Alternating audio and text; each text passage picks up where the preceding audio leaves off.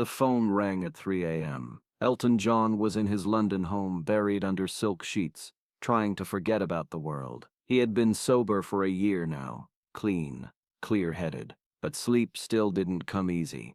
Too many ghosts, too many memories. He reached for the phone in the darkness. Elton, the voice on the other end was barely a whisper, fragile, broken, but unmistakable. Freddie, I need to see you, dear. Can you come? Tomorrow? Elton sat up in bed. His heart was pounding. He had heard the rumors, of course.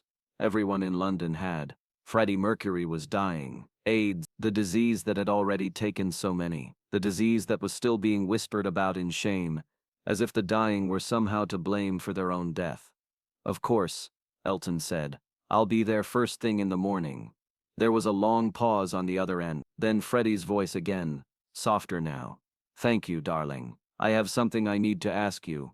The line went dead. Elton sat in the darkness for a long time, the phone still pressed to his ear. He knew in that moment that everything was about to change. He just didn't know how much. To understand what that phone call meant, you have to understand who Freddie Mercury was to Elton John. They had met in the early 1970s, when both were young and hungry and convinced they were going to conquer the world. And they did. Freddie with Queen, Elton with Bernie Taupin, two piano-playing showmen who understood something that most rock stars never figured out. The stage wasn't just a place to play music, it was a place to become someone else entirely. Freddie and I were kindred spirits, Elton would later say. We both came from nothing. We both invented ourselves. We both understood that the costume, the performance, the spectacle, it wasn't fake, it was survival. They were both outsiders, both immigrants in their own way. Freddie from Zanzibar, Elton from the grey suburbs of London. Both gay men in an industry that wasn't ready to accept them, both hiding in plain sight, behind the glitter and the platform shoes and the absurd costumes. They used to compete in a friendly way over who could wear the most outrageous outfit. Freddie would show up to a party in a full military regalia with epaulettes and medals. Elton would counter with platform boots so high he needed help walking. They pushed each other, challenged each other, made each other brave. Freddie taught me that there was no such thing as too much, Elton recalled. If people were going to stare anyway, you might as well give them something worth staring at. But beneath the costumes and the bravado, they understood each other's pain, the loneliness of fame, the terror of being seen for who you really were, the exhausting performance of masculinity in an industry that demanded it.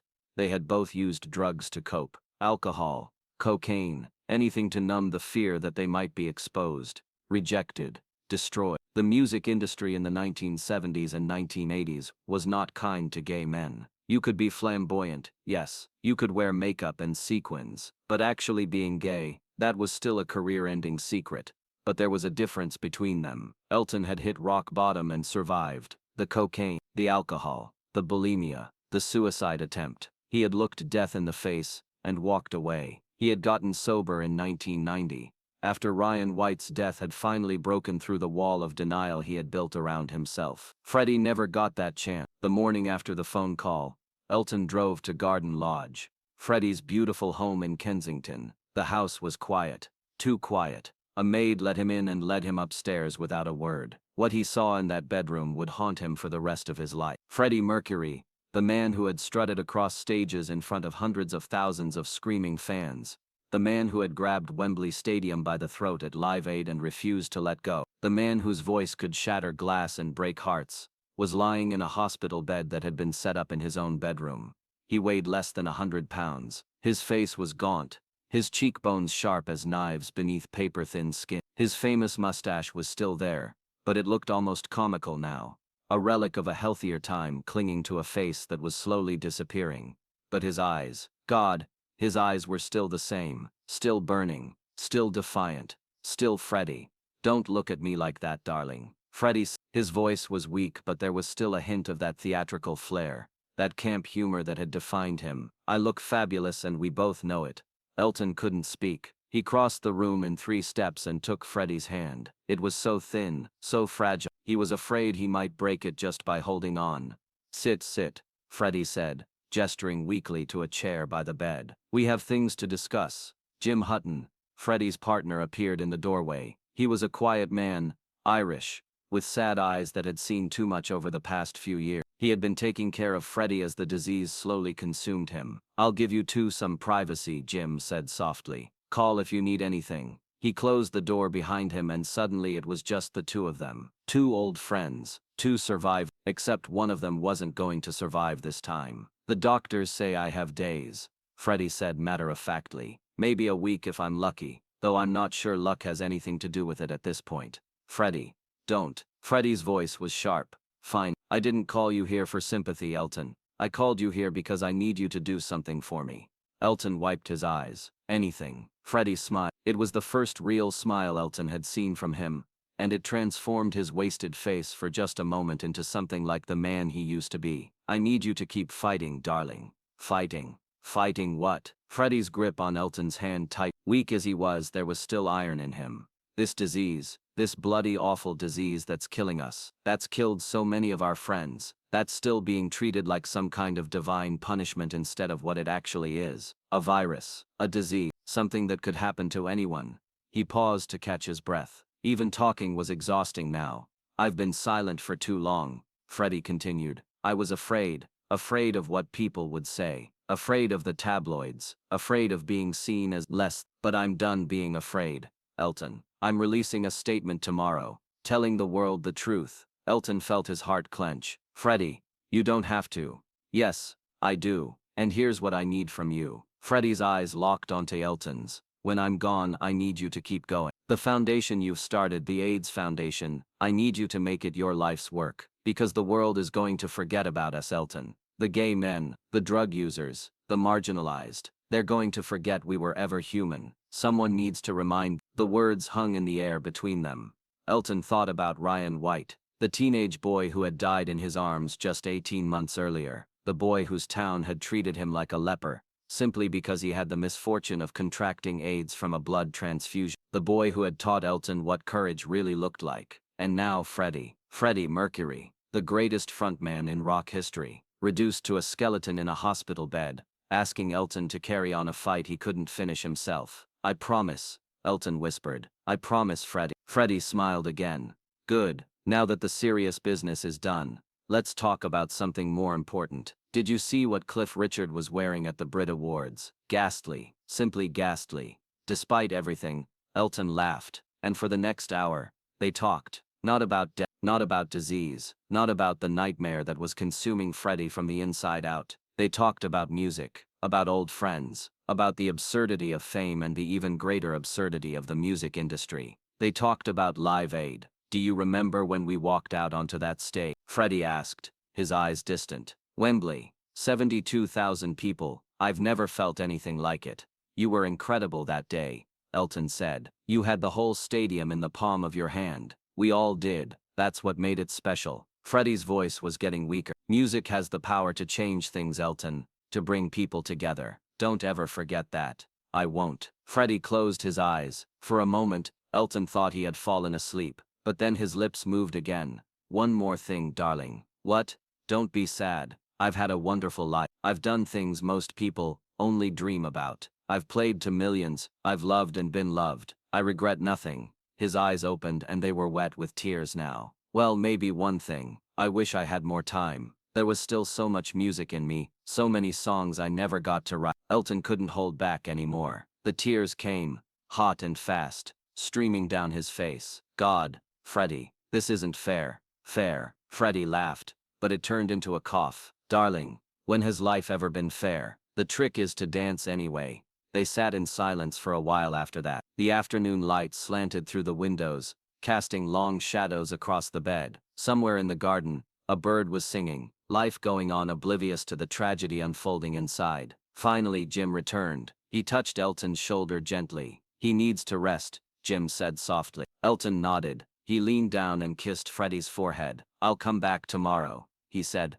"You'd better," Freddie replied. "I have more stories to tell. Did I ever tell you about the time I made a Japanese promoter cry? Absolutely delicious." Elton forced a smile. "I'll see you tomorrow, Freddie." He walked to the door. His hand was on the handle when Freddie's voice stopped him. "Elton." He turned. "Thank you for coming, for being my friend, for being one of the few people who understood." He just nodded, and then he was in the hallway, and the door was closing behind him. and he was leaning against the wall sobbing silently, while Jim Hutton stood a few feet away with tears running down his own cheeks. He went back the next day, and the day after that. Each visit, Freddie was a little weaker, a little further away, but he was still fighting, still making jokes, still being Freddie. On November 23, 1991, Freddie released his statement to the world. He confirmed what everyone had suspected, but no one had dared say. He wanted to use his remaining time to raise awareness about the disease that was killing him. 24 hours later,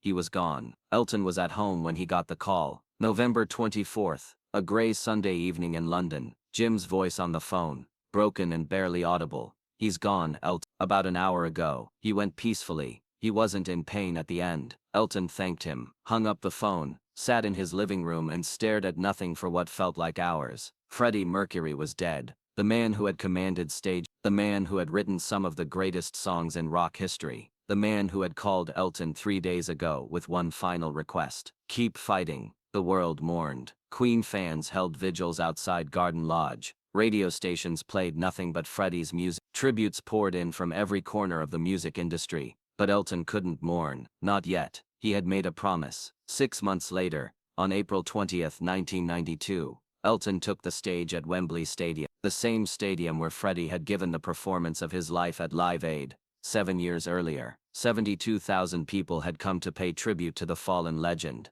The concert was broadcast to over 1 billion people worldwide. It raised millions for AIDS research. Artists from every genre came together: Guns N' Roses, Metallica, George Michael, David Bowie, Annie Lennox, Liza Minnelli, all there for Freddie, all there to fight the disease that had taken him. And when Elton performed that night, he poured everything he had into it. Every note was for Freddie, every word was a prayer. The stadium that had once belonged to Freddie now echoed with the voices of those who loved him, who missed him, who refused to let his death be meaningless. Backstage, before his performance, Elton stood in the wings and looked out at the massive crowd. For just a moment he could have sworn he saw Freddie there in the lights, doing his trademark fist pump, commanding the audience like only he could. "This one's for you, darling," Elton whispered. And then he walked out onto the stage. In the years that followed, Elton kept his promise. The Elton John AIDS Foundation became one of the most successful charitable organizations in the world. It raised over $600 million.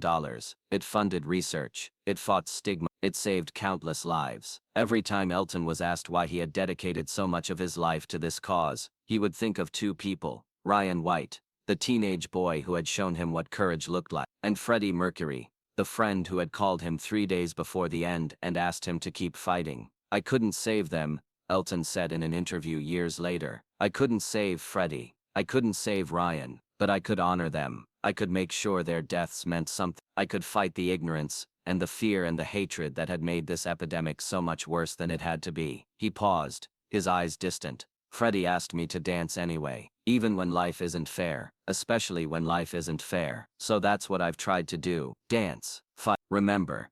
Keep going." Elton John never forgot that final conversation. The afternoon light through the windows, Freddie's wasted body in the hospital bed, the fierce determination in his eyes. "Don't be sad. I've had a wonderful life. Keep fighting. Dance anyway." 33 years have passed since that November night in 1991. Freddie Mercury has been gone longer than he was ever alive, but his music endures, his legacy endures, and the promise Elton made in that bedroom, to keep fighting, to never give up, to dance even when the music seems to be ending, that promise endures too. Some friendships transcend death, some requests carry more weight than any contract or obligation, and some phone calls at 3 a.m. change the course of a life forever. Freddie Mercury called Elton John 3 days before he died. What he asked broke Elton's heart, but what Elton did with that broken heart, the foundation, the advocacy, the relentless fight against a disease that was stealing an entire generation, that's what mended it. One promise at a time, one life saved at a time, one dance at a time, because that's what Freddie would have wanted. And Elton John has never stopped dancing.